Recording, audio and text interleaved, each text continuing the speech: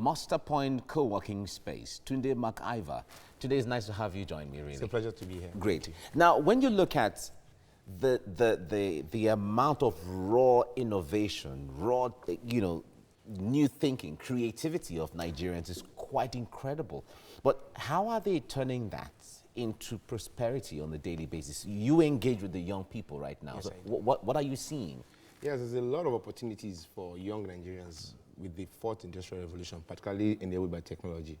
And basically what that does is that it's a barrier breaker, meaning that no matter where you come from or what background you belong to, technology can enable you access opportunities that before now you couldn't. You couldn't even have some companies globally now don't even need you to go to school for you to be able to work for them.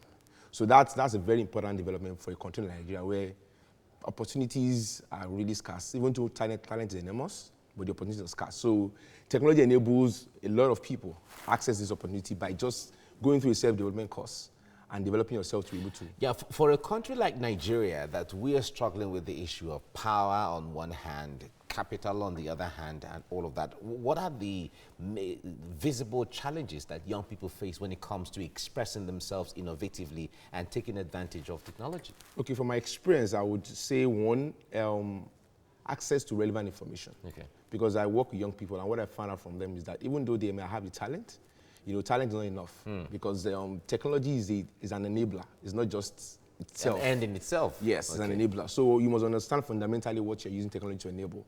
A lot of young people want to develop a lot of softwares, but the essence is what industry are you addressing, what problem, because some softwares are just nice to have. They're not addressing just for fun. Yes, nice to have. Yeah, they could have value. Entertainment has become a tool for exchanging value these days. So like Facebook is an entertainment app, not necessarily.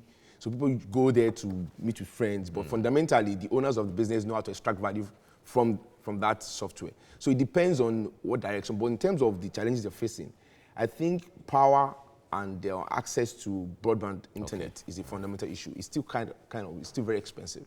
And but I think that innovation will enable those industries scale up. So for instance, energy, for instance, there has to be several considerations on how we want to provide access to reliable energy for young people. The existing channels of distributing power is not. They have always, before I let you go, there has always been a talk about government creating enabling environment. In this case, where you say there is no space anymore, nobody's boxed to a certain geographical, region to express yourself. It's a whole thing in outside there. Do you think that government has a role to play here? Yes, government has a role to, particularly by enabling the individuals that want to provide opportunities for these young people to be able to do that.